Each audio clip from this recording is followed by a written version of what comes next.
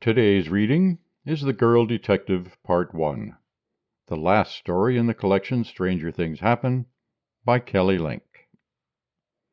And now, The Girl Detective Part 1. The girl detective looked at her reflection in the mirror.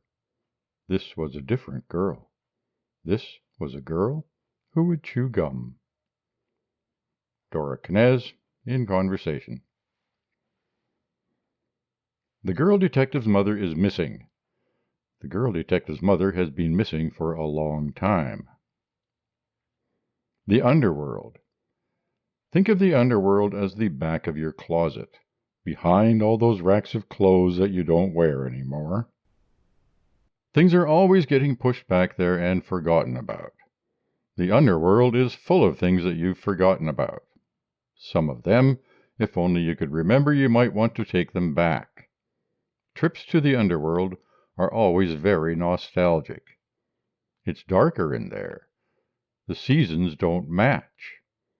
Most people end up there by accident or else because in the end there was nowhere else to go.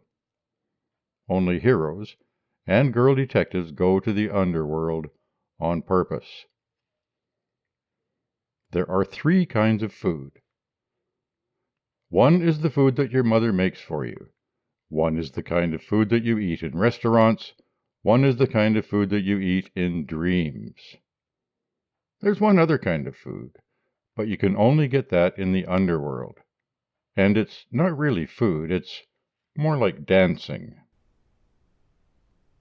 The girl detective eats dreams. The girl detective won't eat her dinner. Her father, the housekeeper, they've tried everything they can think of. Her father takes her out to eat. Chinese restaurants. Once even a truck stop 2 states away for chicken fried steak. The girl detective used to love chicken fried steak. Her father has gained 10 pounds, but the girl detective will only have a glass of water, not even a slice of lemon. I saw them once at that new restaurant downtown, and the girl detective was folding her napkin while her father ate. I went over to their table after they'd left. She'd folded the napkin into a swan. I put it in my pocket, along with her dinner roll and a packet of sugar. I thought these things might be clues. The housekeeper cooks all the food that the girl detective used to love. Green beans, macaroni and cheese, parsnips, stewed pears. The girl detective used to eat all her vegetables. The girl detective used to love vegetables. She always cleaned her plate. If only her mother were still here, the housekeeper will say, and sigh. The girl detective's father sighs. Aren't you the littlest bit hungry? They ask her. Wouldn't you like a bite to eat? But the girl detective still goes to bed hungry. There is some debate about whether the girl detective needs to eat food at all. Is it possible that she's eating in secret? Is she anorexic? Bulimic? Is she protesting something? What could we cook that would tempt her? I am doing my best to answer these very questions. I am detecting the girl detective. I sit in a tree across the street from her window, and this is what I see. The girl detective goes to bed hungry, but she eats our dreams while we are asleep. She has eaten my dreams. She has eaten your dreams, one after the other, as if they were grapes or oysters. The girl detective is getting fat on other people's dreams. The case of the tap-dancing bank robbers.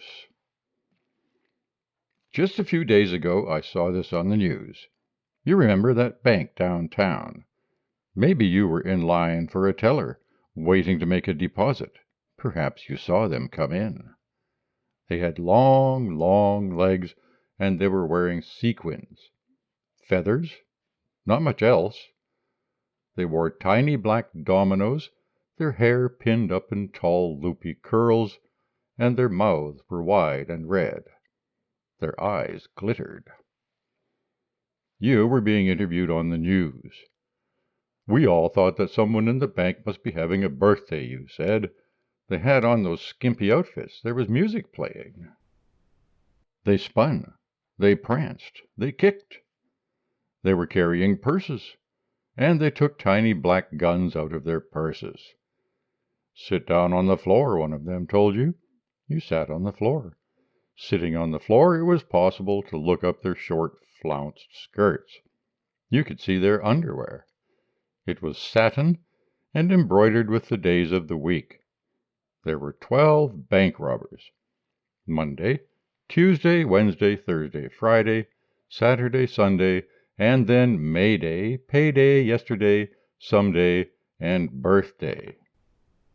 The one who had spoken to you was Birthday. She seemed to be the leader. She went over to a teller and pointed the little gun at him. They spoke earnestly. They went away, through a door over to the side. All the other bank robbers went with them except for Wednesday and Thursday, who were keeping an eye on you. They shuffled a little on the marble floor as they waited. They did a couple of pliés. They kept their guns pointed at the security guard, who had been asleep on a chair by the door. He stayed asleep. In about a minute, the other bank robbers came back through the door again with the teller. They looked satisfied. The teller looked confused, and he went and sat on the floor next to you. The bank robbers left. Witnesses say they got in a red van with something written in gold on the side and drove away. The driver was an older woman. She looked stern. The police are on the lookout for this woman, for this van. When they arrived, what did they find inside the vault? Nothing was missing. In fact, things appeared to have been left behind. Several tons of mismatched socks, several hundred pairs of prescription glasses, retainers, a ball python 6 feet long curled decoratively around the bronze vault dial. Also, a woman claiming to be Amelia Earhart. When police questioned this woman, she claimed to remember very little. She remembers a place. Police suspect that she was held hostage there by the bank robbers. It was dark, she said, and people were dancing. The food was pretty good. Police have the woman in protective custody, where she has reportedly received serious proposals from lonely men and major publishing houses. In the past 2 months, the tap dancing robbers have kept busy. Who are these masked women? Speculation is rife. All dance performances, modern, classical, even student rehearsals, are well attended. Banks have become popular places to go on dates or on weekdays during lunch. Some people bring roses to throw. The girl detective is reportedly working on the case. Secret origins of the girl detective. Some people say that she doesn't exist. Someone once suggested that I was the girl detective, but I've never known whether or not they were serious. At least, I don't think that I am the girl detective. If I were the girl detective, I would surely know. Things happen. When the girl detective leaves her father's house one morning, a man is lurking outside. I've been watching him for a while now from my tree. I'm a little stiff, but happy to be here. He's a fat man with pouched, beautiful eyes. He sighs heavily a few times. He takes the girl detective by the arm. "Can I tell you a story?" he says. "All right," says the girl detective politely. She takes her arm back, sits down on the front steps. The man sits down beside her and lights a smelly cigar. The girl detective saves the world.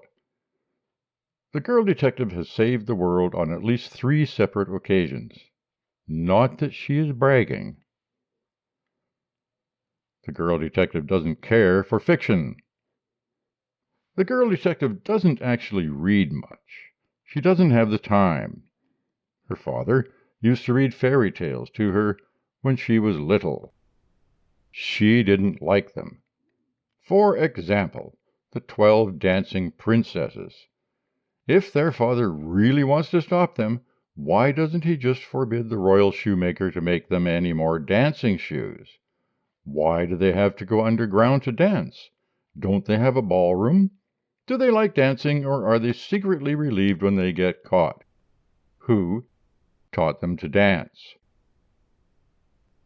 The girl detective has thought a lot about the 12 dancing princesses. She and the princesses have a few things in common. For instance, shoe leather, possibly underwear, also no mother. This is another thing about fiction, fairy tales in particular. The mother is usually missing. The girl detective imagines, all of a sudden, all of these mothers. They're all in the same place. They're far away someplace she can't find them. It infuriates her. What are they up to, all of these mothers? The Fat Man's Story. This man has 12 daughters, says the fat man, all of them lookers, nice gams. He's a rich man, but he doesn't have a wife. He has to take care of the girls all by himself. He does the best he can. The oldest one is still living at home when the youngest one graduates from high school. This makes their father happy. How can he take care of them if they move away from home? But strange things start to happen. The girls all sleep in the same bedroom, which is fine, no problem, because they all get along great. But then the girls start to sleep all day. He can't wake them up. It's as if they've been drugged. He brings in specialists. The specialists all shake their heads. At night, the girls wake up.